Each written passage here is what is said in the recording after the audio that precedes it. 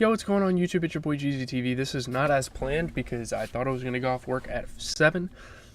But we got off earlier, so now I have a lot of the day to kind of get some stuff done. We are here with the 13th episode of the show. This is the wrap-up for Season 1, and I'm going to be honest, it doesn't really feel like it. It was a really...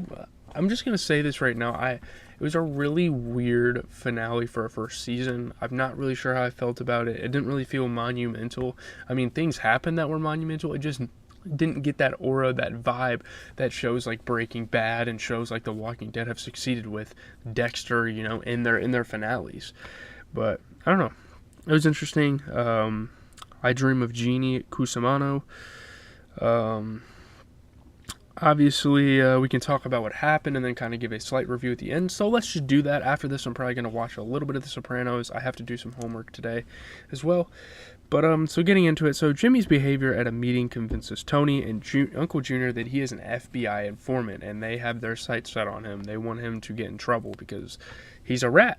And there's a lot of evidence that kind of points to that. If I have to pause due to people coming downstairs, it is what it is. But Jimmy is lured into a trap by Christopher and killed by Silvio. His body is dumped in an alley with a dead rat stuffed into his mouth. Kind of to like send a message. We all know, like we've seen movies, we know how the mafia rolls. They like to send a message. They like to go to extremes to, you know, teach someone a lesson and all this stuff. You know. So, knowing that Tony's life is in danger, Dr. Melfi openly speculates about Livia, noting that she often speaks of infanticide and suggesting that she has a borderline personality disorder. Obviously, everyone's able to watch the news. People can see that the Sopranos are under fire. A lot of people. Moltisantis are under fire. All these families because of their involvement with the mafia. You know. So Tony angrily rejects this, physically threatening Melfi and storms out. So now Melfi just doesn't feel safe around him. She knows he's a mobster. She knows he will go to great heights to get what he wants and yada, yada, yada. It's really interesting. And how she's going to deal with it is going to be interesting for the episodes to come. I kind of just started watching the latest episode, like moments before, and I realized I needed to make this video first. She's seeing people in a motel room, so that's kind of like a sneak peek of that. It's crazy. She does not want to be around him. She doesn't want people to know that she's in that area around him and all that. So, Tony is brought to an FBI safe house where Agent Frank Cubitoso reveals that Livia's room at the Green Grove retirement home has been bugged and they have gained some evidence. They have gained some incarcerating information to get Uncle Junior. So that's kind of going to be the monumental thing. That's going to be the big storyline that's going to happen in this last episode of Season 1. Is that they're going to catch Uncle Junior with the evidence, and they're going to be able to indict him, they're going to be able to make an arrest, and all that stuff. So yeah, he plays audio recordings that confirm Tony's suspicions that the attempt on his life was planned by Uncle Junior, who was goaded by Olivia. So she had partial involvement. It's super interesting, you know, it's kind of a plot twist for the other characters, but obviously we've been following Uncle Junior in the first season, and we knew this was kind of happening. Really interesting, really good plot device.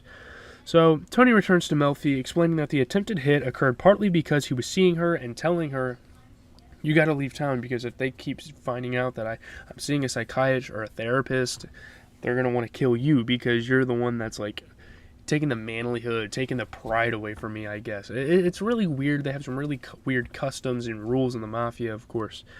You don't want to let your guard down. So when he goes to her office, he is told she is on vacation. He confides to his crew that he is seeing a psychiatrist. He's finally telling them and kind of confirming the rumors. Yes, I'm seeing a psychiatrist. I want you guys to know. I'm going to be a man about it, be the bigger person, reveal these things. So, though Silvio and Paulie accept it, Christopher cannot and walks out. He can't believe it. Like, you're a fucking busboy for them. Like, I don't know. You're a fucking errand boy for them. I don't know why he's talking or why he thinks he has an input. It really makes me mad there. Like, I don't know. I'm sorry, I have a beard growing and I don't intend on that, so I just kind of noticed that as I was looking at myself in the video. But Tony and his crew then begin to retaliate against Junior's crew, killing Mikey and Chucky, just quickly wiping them out throughout the episode. People are dying really quickly. And maybe that's what makes it such a good finale, possibly. I don't necessarily think it's a great finale, but it's still a good finale, just for the fact that there's a lot of action, a lot of things, revelations, storylines kind of wrapping up. So, yeah. However, Junior and the rest of his crew are then arrested. Tony's lawyer tells them that he was not indicted because the charges relate to a stock fraud scam in which he was not involved.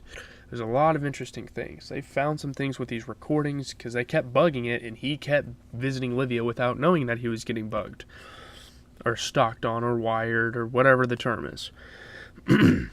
So Junior is offered a lesser charge if he confesses that Tony is the de facto boss of the DeMille crime family, but he refuses. He's going to take it on the chin. He's obviously the older member, so to like rat the younger member out as something he's not is kind of foolish and kind of frowned upon, again, due to their customs, due to their manhood, due to their pride. That's really what it's about there. Like, again, not letting your guard down, being the bigger man. But Carmela sees that Father Phil is now close to Jackie April's widow, Rosalie, and she gets kind of jealous because obviously they've kind of been seeing each other. They've had movie nights. They've had wine with each other. You could say it's a sort of affair. So, yeah. When he calls on Carmela, knowing that she is alone, she rebuffs him, accusing him of taking advantage of spiritually thirsty women.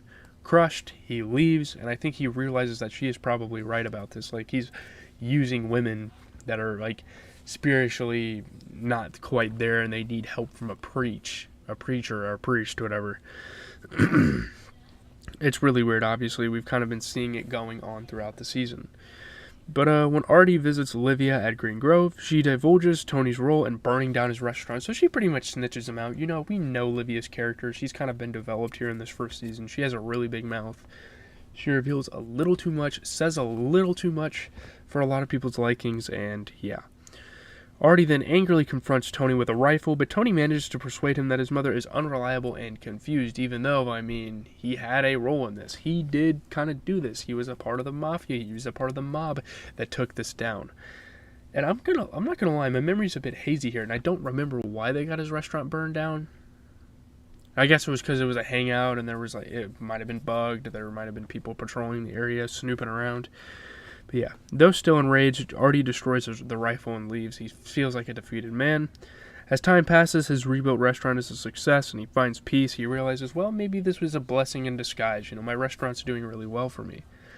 So Tony goes to Green Grove and grabs a pillow intended to smother his mother because he realizes what she did. And Artie Bucco kind of brought up to him that, oh, I visited your mother and she told me this and this and this. Yeah, he's going to try to kill her. However, Olivia had just had a stroke and is wheeled past Tony on a gurney. We're not really sure if this is true or not. Maybe she's using this as a ploy to get away from Tony. Really interesting stuff there. We don't know if she's faking Alzheimer's either. She had a really interesting episode in this episode. All that stuff. So, discarding the pillow, he leans very close to her face and whispers that he knows what she did. The staff hauls him off as he shouts, "Look at her face, she's smiling." I mean, she's aroused by this. She's happy by this, you know? Like, what the fuck? Like, using your son and spreading rumors and just living a lie, you know? Later that night, Tony and his family go to Artie's restaurant to wait out a thunderstorm, which is really interesting. Kind of creates a weird vibe because obviously his old restaurant was used as a mafia hangout, and now they're like going back and hanging out there again. After a little hesitation, he welcomes them because he's not really sure what to think of them anymore. As they eat by candlelight, Tony raises his glass to the little moments that were good. Some big things. Agent Cubitozo could be possibly a big factor in this show. He made a first appearance. Chucky and Mikey died, but also Jimmy Altieri. Jimmy, who's the rat. A lot of people died here. This was super important. Obviously, you know, Uncle Junior getting incarcerated, which you can only assume, and yes, previewed in the next episode, it's pretty much confirmed that Anthony Soprano is the new mob boss. He's the new street boss, whatever they call it, whatever the ranks are called over there. So, yeah, really interesting stuff. I think it's a really good episode. Some personal stuff that the other Mafia members didn't want to hear from Tony. A lot of emotions. I think this is more than just a on-the-surface shock value type of show where it's just violence. I think there's a lot of emotion here. Good storylines, good characters, good acting. And yeah, I'm out. Leave a like, comment, and subscribe. Later tonight, if there's any good basketball games, which I'm assuming there will be, around 1-ish, like right before I go to bed for work tomorrow, I'm going to be posting a recap video. So, yeah, if you can check that out. I might be streaming tonight, GZTV live on Twitch, all lowercase, on Twitch, because there's new content in 2K and I want to grind it.